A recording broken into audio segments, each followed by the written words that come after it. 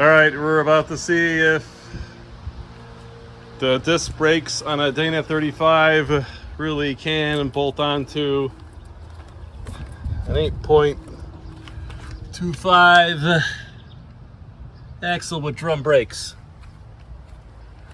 I blew up the engine in this thing, and that was bad, but it led to something very fortunate, which was finding this XJ in immaculate condition. Local in town in Illinois, of all places. I would have never been looking for an XJ if this car hadn't exploded. So thank you, God. You work in strange ways. You gotta take a die grinder and open up this hub, just like you read on the internet. Another thing I like to do is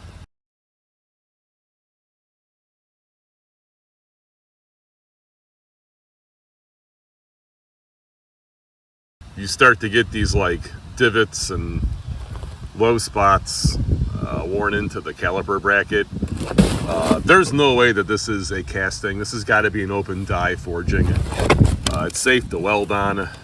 I hope this is not bad advice and causes anybody to get hurt one day.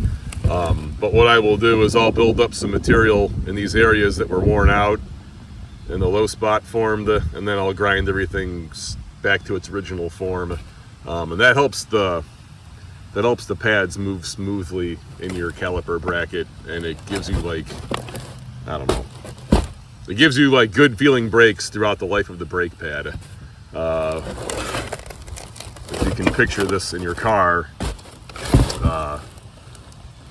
as the brake caliper is being forced always down onto this side of the bracket, if there's little low spots, the pads will want to tend to stay in those low spots, and they'll have to fight their way uphill as they wear out. I've been doing this to a lot of cars, and I've never had a problem thus far. I do use a nickel rod on a stick welder. I don't think you should use a MIG welder in the event that this is a casting. The nickel rod tends to not cause, the nickel rod shrinks better on cast steel. It's also a better wear surface. So use a nickel rod on a stick welder here.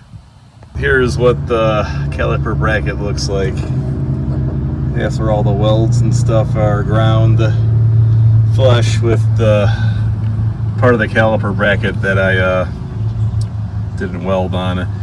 All right, here's a helpful tip. You are not going to have to open up the ID, the inner diameter of the backing plate for the rear disc brakes, as much if you change your wheel seals and use SKF part number 16404. This is the wheel seal that was on the 1995 and a 2000 Chrysler 8.25, and it has this lip that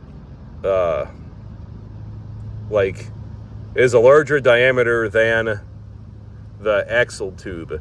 So again, if you change the wheel seals, you don't have to grind open the ID so much, because you can kind of see it on this rear axle. The lip of this seal, this is all cruddy, but I mean my finger catches on the lip of that seal back there. So it's like that outer flange is larger in diameter than this diameter right here.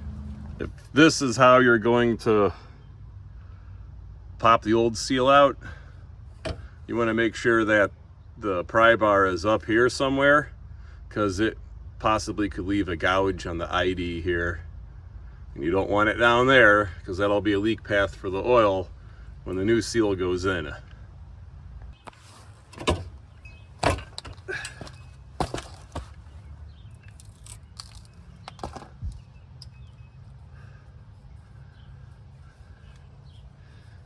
Yeah, you want the gouge up there. All right, when you pull the old seal out, you always want to make sure that the extension spring came out and it's not inside of there somewhere. And then something you probably want to do before you go beating on this thing to get it inside the bore is put some grease around that spring so that the spring doesn't bounce off while you're hitting it with a hammer and end up somewhere inside of there and you do not know it. Well, a cap plugs BP 1 3/4-5 fits inside that rear seal to keep things clean and tidy while you're working, FYI.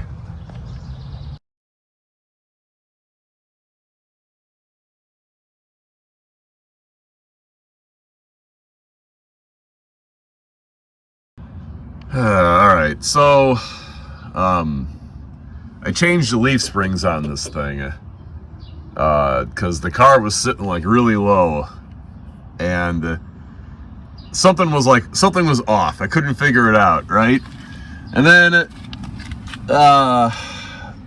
it's not really evident on this side, but on this side over here, there are these like strange welds right there on top of the axle tube. Anyways, like I thought something was like a little off, and then I realized like halfway through this project of putting the disc brakes on the back of this Jeep I just bought, somebody had put the axle on top of the leaf springs and not left it underneath it like it came from the factory. So I'm like doing a total change of plan here. I got this trailer and I was gonna put this 8.25 underneath it, and I'm gonna put it underneath that thing instead, because this is the way it's supposed to be. I swear to God, I swear. As I'm putting longer wheel studs in the axles, I can't help but notice that all that bullshit is on your banana. I don't know what this world is coming to. I didn't know that. They should put that on the frickin' 4011 sticker on the banana, not on the box. This is what happens, Larry. This is what happens, Larry. You're gonna disconnect the parking brake in the driveline tunnel, so you can basically pull some wire out of your parking brake, and you're going to take some vice grips and you're going to bend this in a U shape, okay? And then what you're going to do, you're going to add one of these 1/8-inch wire rope clips that you find at the hardware store. You're going to add that thing right there, and you're going to want to use red thread locker, because you don't want to find out the hard way that you should have used thread locker. And then if you would observe, you may need to remove a few sections of the spring, because right about here is where it goes solid. So I'm probably going to cut about a 1/2 inch or 1 inch out of that thing. And you're going to trust me that this works, because I have another XJ over here where I have the Ford 8.8 with disc brakes in the back, and it has a very similar parking brake system. I did this like 6-7 years ago, maybe even longer than that, I don't know, and it's held up totally fine.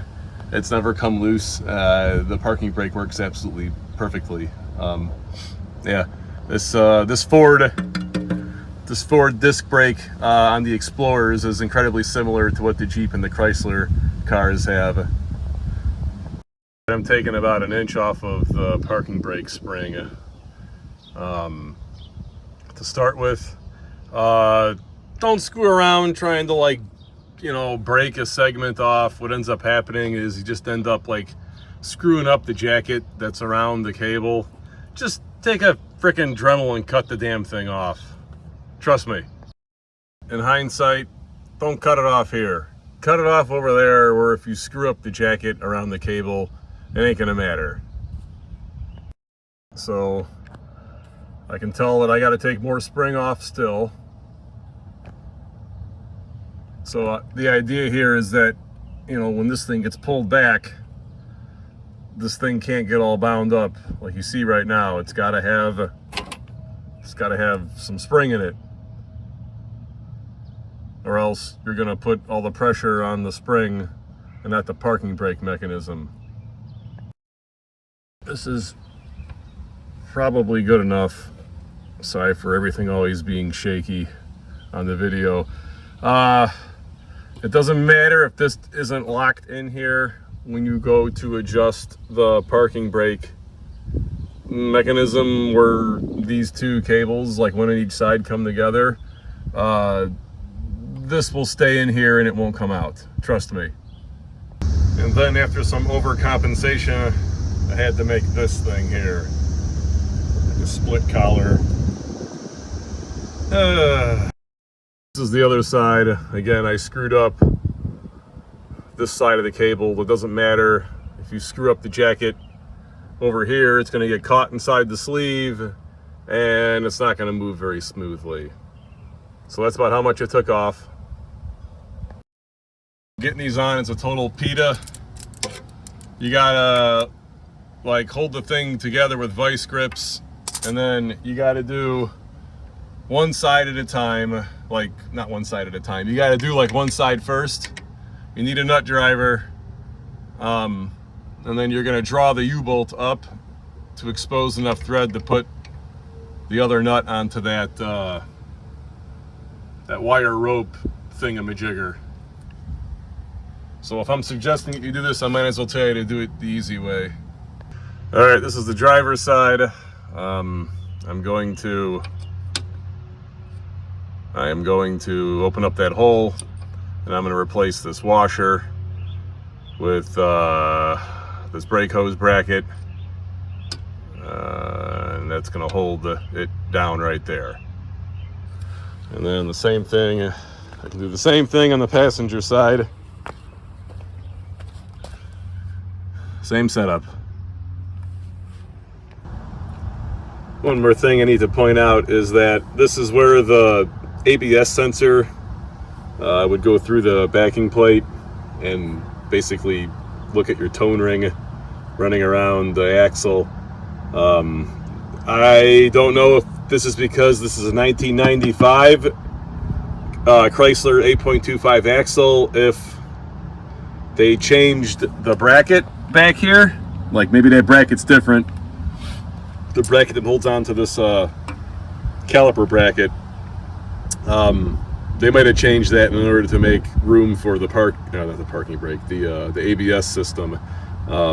So just heads up, I mean, this car has no ABS. It's not a huge deal, so losing that functionality isn't a problem at all. Maybe you have a weird situation where you want ABS brakes in a later model XJ. You may not get them. I don't know. Just whatever. Heads up, guys. And then you probably want to like fill that full of sealant so salt water and stuff doesn't get inside of there. Does anybody make? I know you can buy a shackle that will raise your Jeep. But does anybody make one that basically bolts inside of here that will allow you to move this downward? If you know, would you please let me know, please? That'd be very helpful right now. That would prevent me from having to go to a slip yoke eliminator over there on the transfer case. Thank you again. Well, I knew it was too good to be true. I find this pretty rust-free XJ in Northern Illinois, of all places, for a fair price. And I start doing the 23-gallon plastic fuel tank conversion to this Jeep as well. This is a 95. And I find out that the thing was rear-ended at one time, and the hitch took the brunt of the impact, and it kind of tore itself out of the hat channel underneath the back of this Jeep. So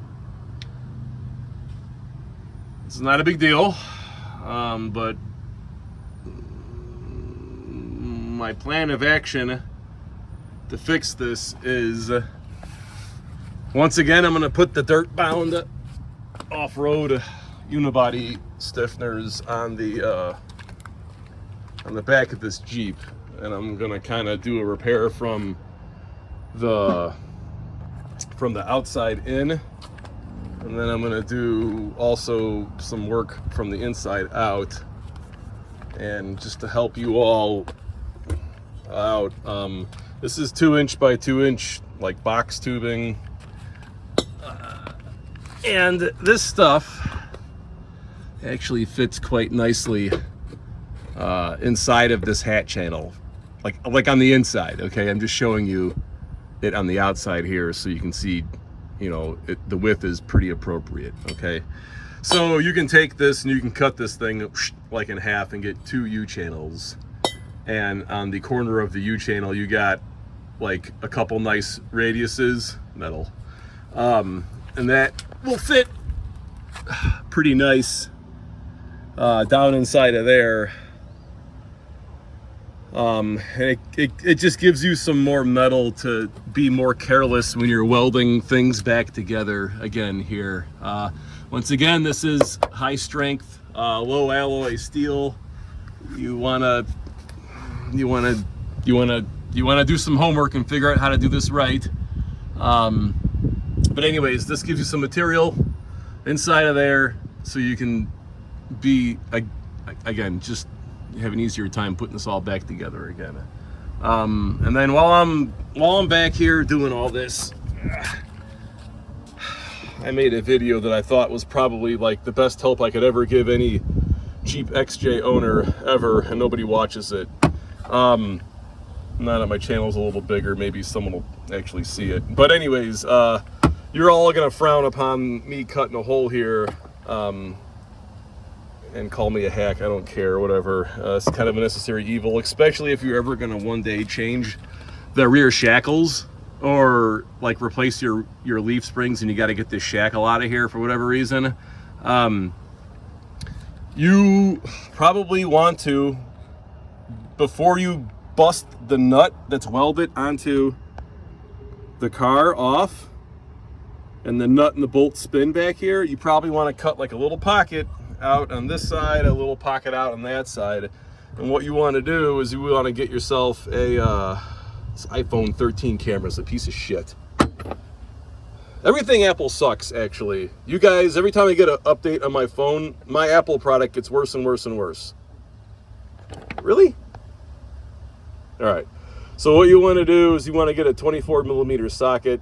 You may have to reduce the OD of the socket, but you're going to want to grind a little bit of metal off the socket there, and then 180 degrees on the other side. You want to take some metal off, because the nut that is welded to the car body down in here, it's welded on both sides 180 degrees apart. Okay, so this clearance that you added to this socket is going to help grip it better. Okay, again, before you go to take this stupid bolt out, listen to me. Cut a hole in here, butcher up a socket like this, and you're going to want to get that socket on that nut, and you're going to want somebody from the inside of the car to hold on to it and counterbalance whatever force you're putting out here onto that bolt right there. Because if you bust that nut off of the unibody, you're going to cut a hole in this freaking car anyways, okay? And then I don't know how the hell you're going to fix that, okay? So you're going to have this nut and bolt back here that's going to spin back and forth every single time the rear suspension moves and flexes. And what's going to end up happening is that bolt is going to start to cut a path like this, like through the unperishable part of your Jeep, which is the actual, like, you know, frame unibody itself, okay? So just be proactive, cut a couple pockets back here, get a socket on it, do it the right way, especially if your car is all old and rusty. These came out pretty good, and I didn't have to rely upon, you know, this to get them out. But if you got a car like in the Midwest or East Coast, whatever, and it's all like rusty and messed up, you need to do this. And you don't have to listen to me. I don't care. Yes. Look at how good this iPhone 13 camera is. Look at it. It has no problem focusing on things. Actually, this iPhone camera can't even like take pictures looking through a window because like it has to focus on the crud on the window if there's any like debris or crud whatsoever on it. Okay, so I don't get it. Again, every time I get an update on my Apple phone, it makes it more and more shitty and less useful. So while I'm on my Apple rant, the markup is getting so complicated I can't quickly mark up pictures anymore. Thanks, idiot iPhone engineers. And the voice to text is getting so bad with its autocorrections. I wish somebody would just go back to the generation before, because the moment I hit send, it autocorrects a bunch of crap on my phone and makes no sense whatsoever to the person reading it. It looked fine the moment before I hit send, then right as I hit send, it like changes everything at that last moment after it does a voice to text while you're messaging somebody. So get your shit together, Apple. This stuff is like total garbage now. I'm gonna go back to Android after this. I don't care. All right, the channel, it's gonna fit down in there like that. Again, giving me something to weld to. And then there is like a piece of plate that the muffler hanger bolts to. That's welded down into the bottom of that hat channel. This will help put everything at the same level so that when the other parts go in for the trailer hitch, it's all going to be nice and flat, better able to bear a load down there. That's the plan. All right, viewers, I don't think I'm going to use the unibody stiffeners from Dirtbound. This is what actually I'm gonna do. So all of this stuff here is gonna go inside of that hat channel. So this is on the inside of the hat channel. This is the bottom of the hat channel, and this is what's going like underneath the car under the hat channel. So this is one side. And then I'm going to have about 2 or 3 plug welds from the outside of that hat channel to that C channel. So the C channel is going to get pushed all the way inboard. And then over here, it's a little more complicated, but it's pretty good actually. Again, I don't need to use the unibody stiffeners. This is gonna slide in first, and there's more than enough room underneath that tunnel for the gas filler neck. So this guy is gonna go in there, right? And it's gonna go again under. It's gonna go under that filler neck. And then it's going to provide some surface for this thing, which is going to go on top of that. So the surface will be for this to bear upon it. This guy here, it's going to go there. Again, this goes on top of everything. This guy here is going to bolt up underneath everything on the bottom of the hat channel. So this is going to be like plenty strong and not as good as new, but good enough. I'm not gonna ruin the Jeep with the unibody stiffeners, right?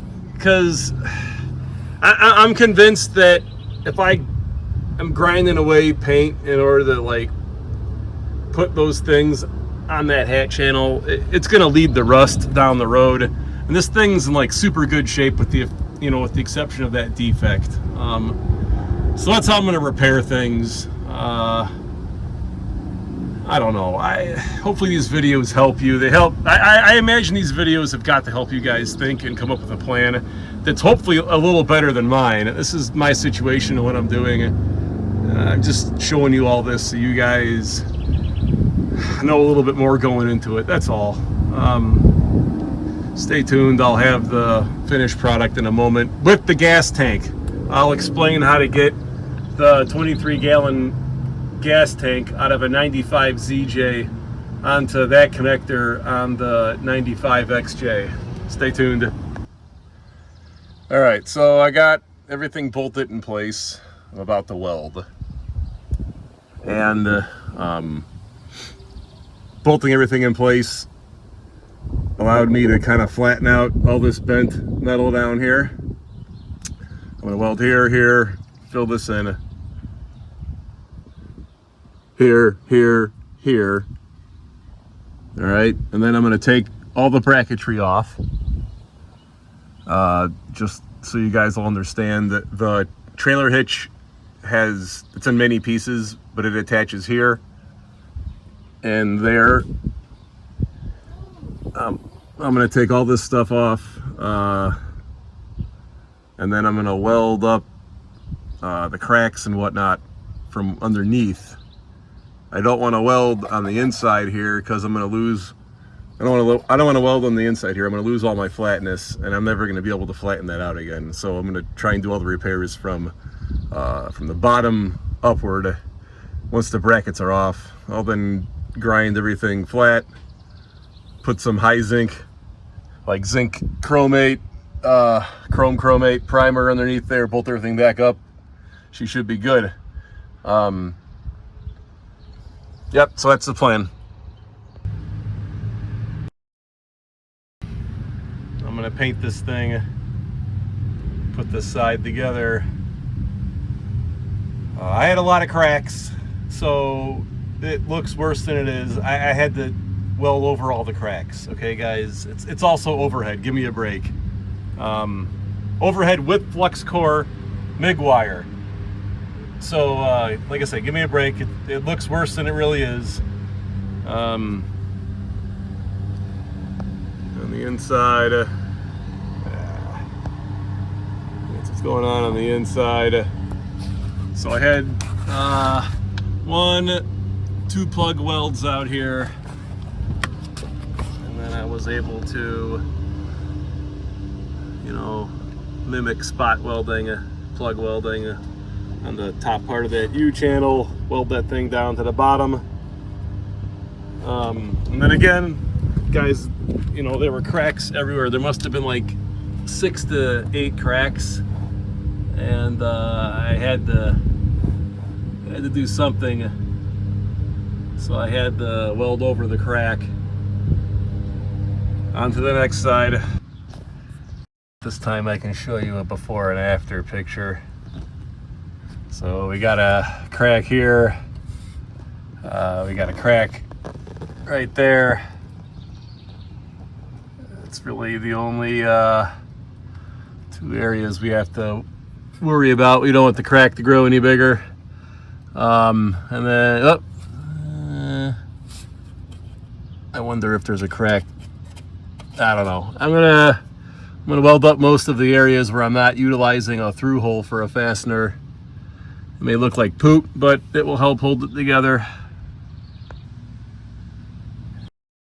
And that's after welding. Again, it looks like poop, I know, but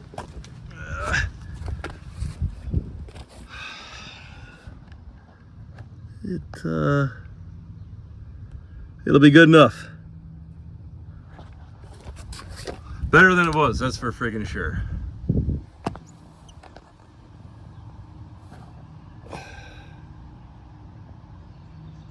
All right, so I'm finally getting to the fuel tank swap underneath the car.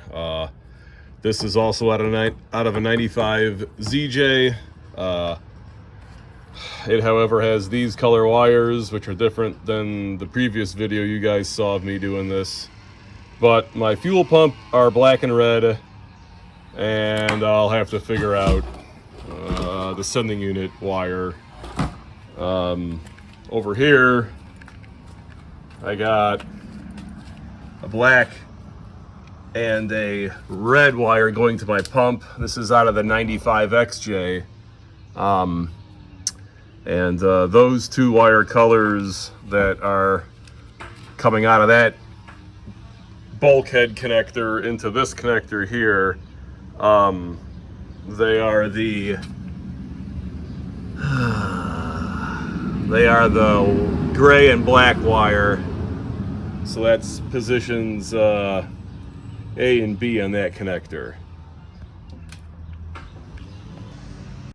Finally getting to the fuel pump swap in the 95 XJ, and I got this weird situation where my pump, like no matter like what position I probe things, it's like the positive and the ground are like shorted on the pump. So I got a battery out here and I'm testing the pump to make sure that the pump is still good.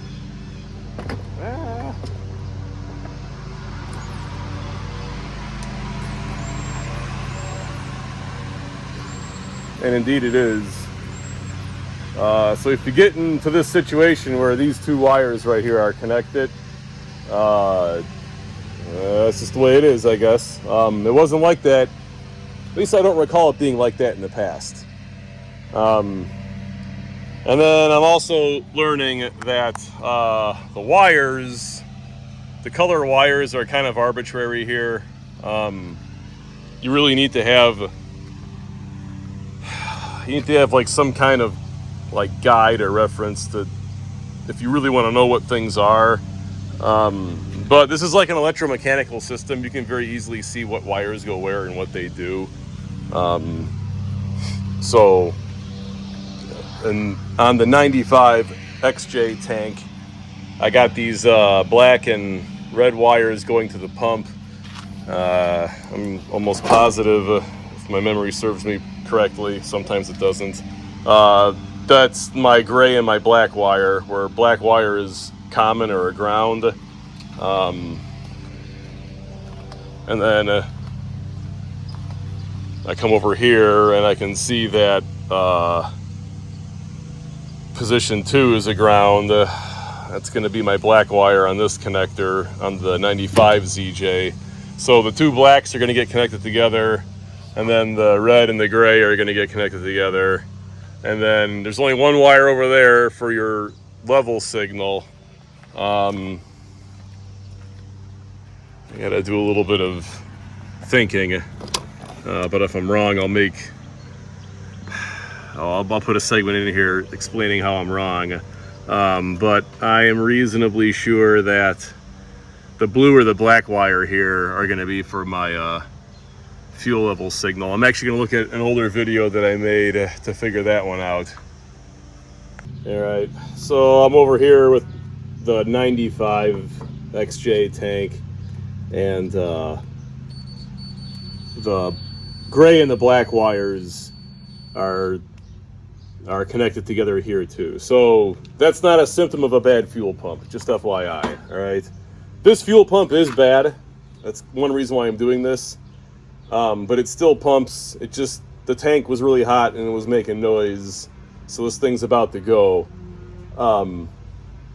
But yeah, so like if you're positive and you're negative on your fuel pump are showing as like one common signal when you're,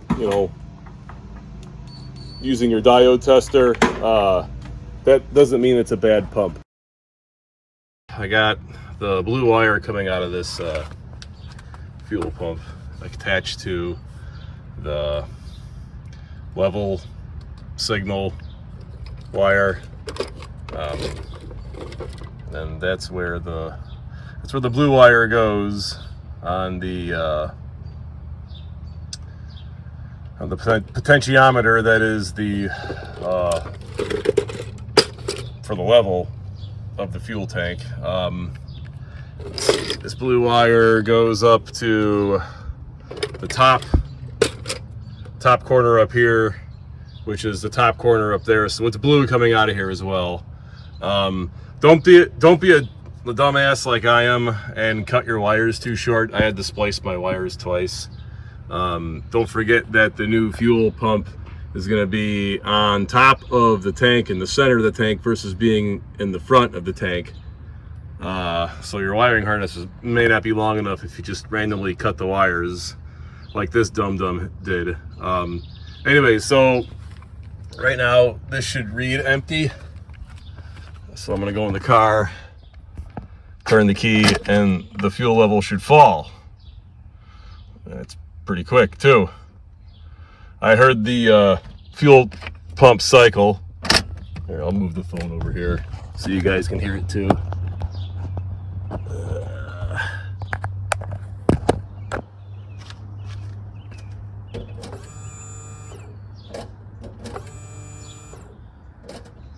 Alright, you heard that. Now I'm gonna raise the level somehow like that. Turn the key and it should read a full tank of gas. And it does not. All right, so I gotta figure out some more stuff. Be right back. I don't think the wires were connected. Nope, I gotta figure out some more stuff. Be right back. All right, this time we're gonna try the black wire.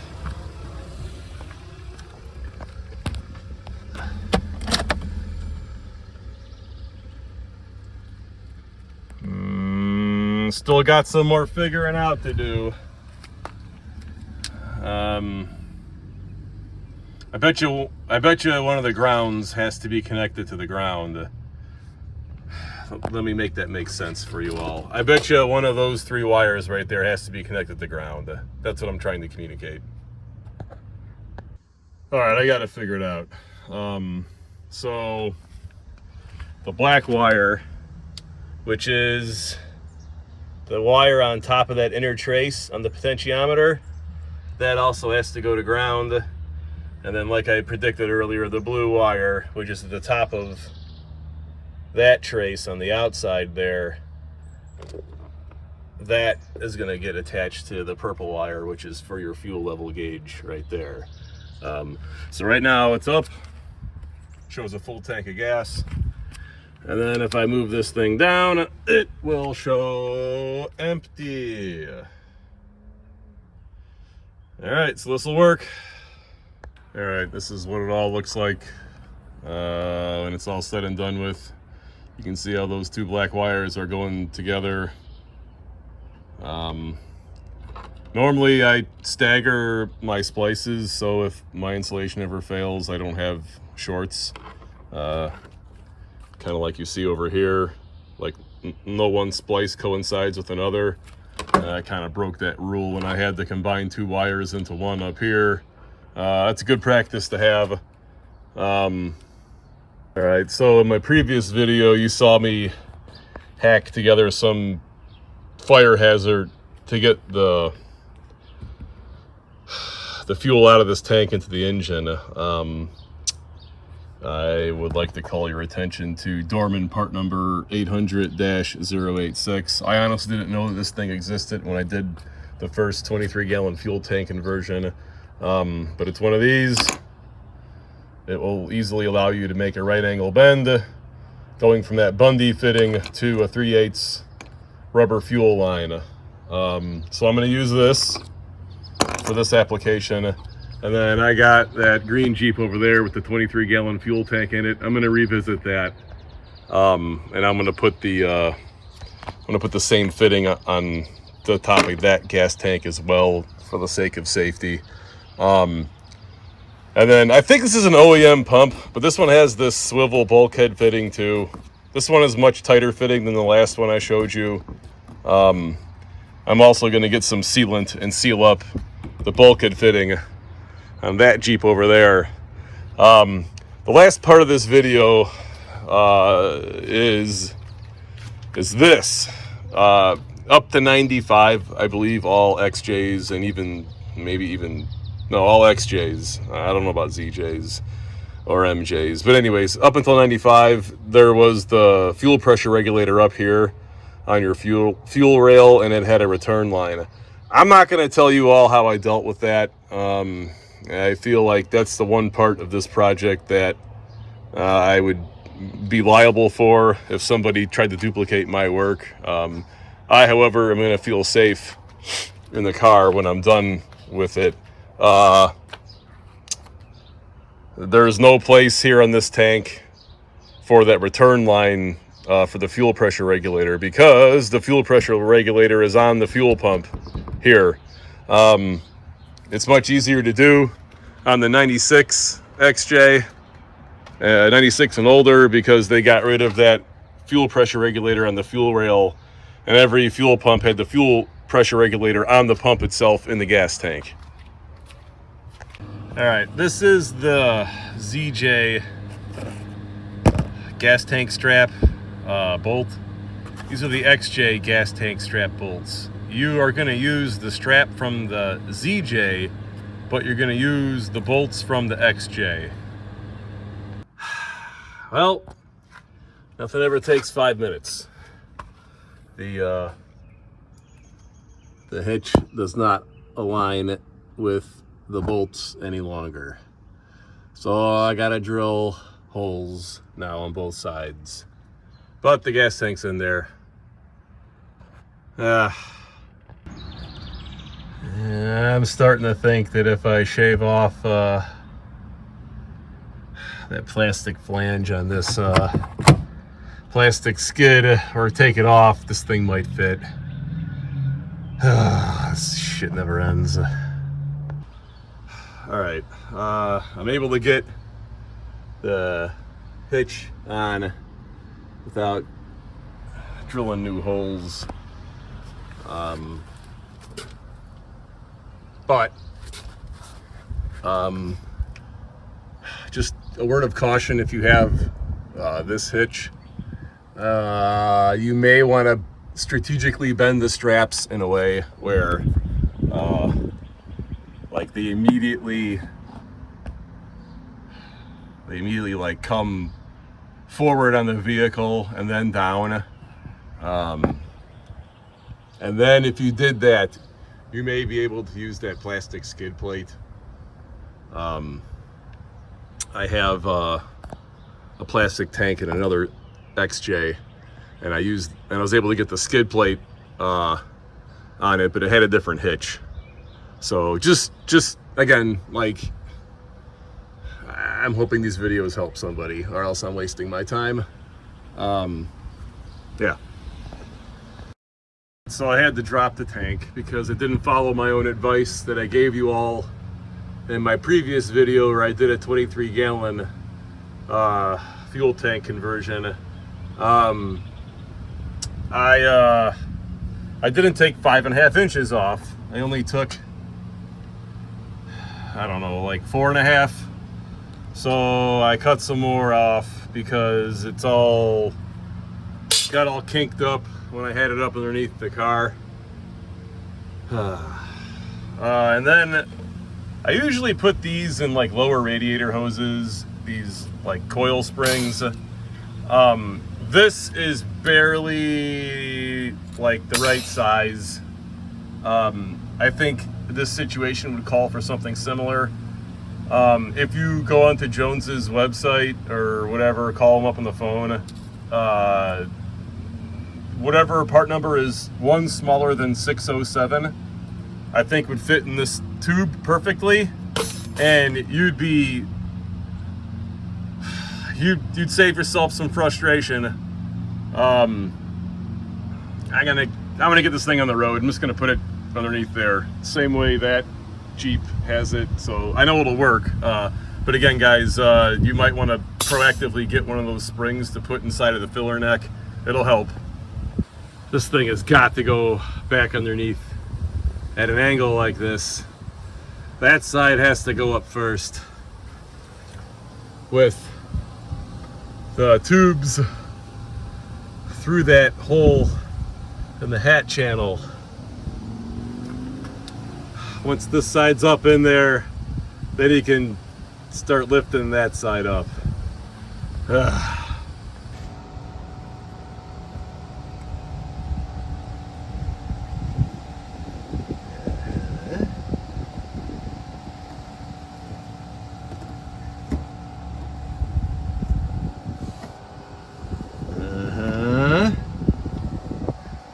Get it?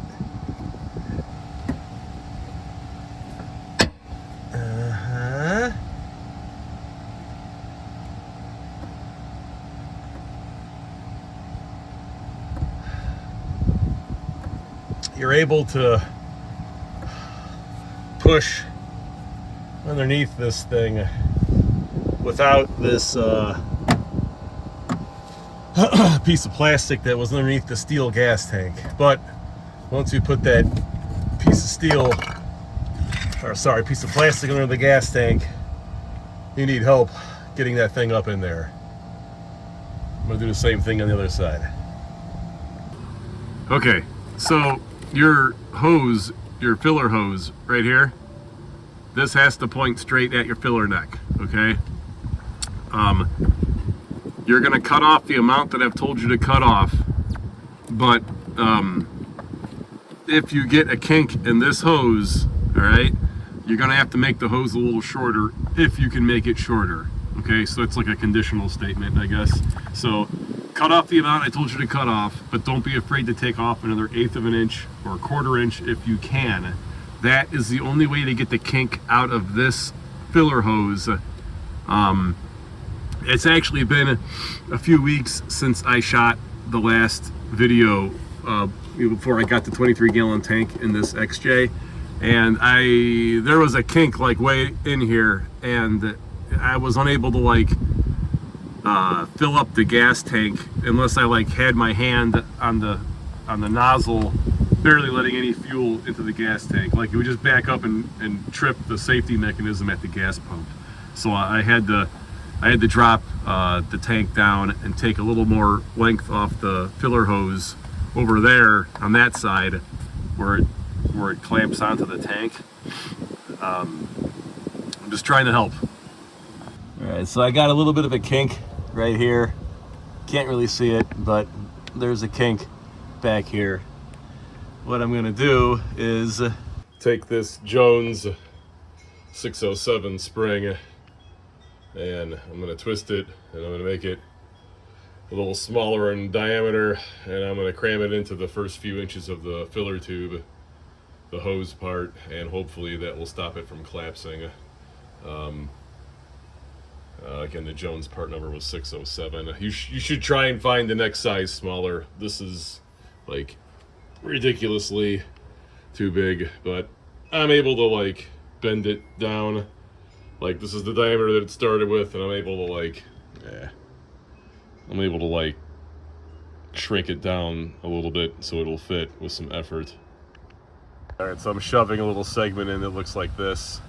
You want to bend the ends inward so they don't puncture a hole in the tubing.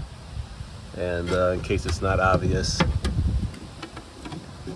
I'm like putting it in there the first few inches to the spring will hold the hose round and it won't kink. Here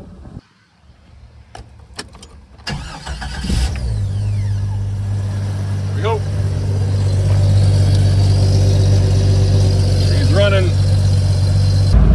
All right, so excuse me. There were only 3 wires that came out of the gas tank, and I have replaced the gauge cluster that you previously saw in the video with this one that has all the gauges on it. Anyways, the number of wires coming out of the tank being only 3 have nothing to do with this low fuel indicator lamp on your gauge cluster. That logic, that circuit is built into the gauge cluster itself. So even though you got a limited number of wires coming out of the gas tank, like there's only 3 instead of 5, this low fuel indicator lamp still works as intended. Just don't worry about that. Everything will work fine if you're gonna do like a gauge cluster upgrade in your XJ. Alright, so I've been driving around for a few weeks now. Everything works good with the 23-gallon fuel tank. I'm going to add these steel brackets that are gonna fasten down inside of there. I'm always using this car for hauling and moving crap around, and I'm always worried that something's gonna go flying into the back of my head. There's this iPhone 13 camera again, kicking ass. Anyways,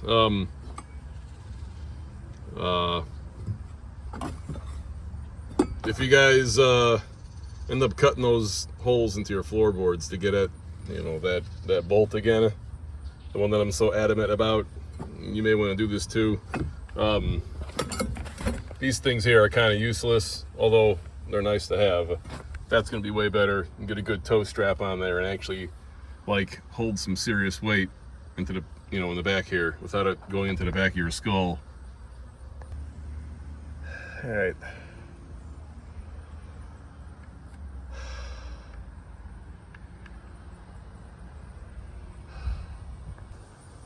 All right, there it is. Makes me happy. Doesn't have to make you happy. I think it's a good idea. Later, guys.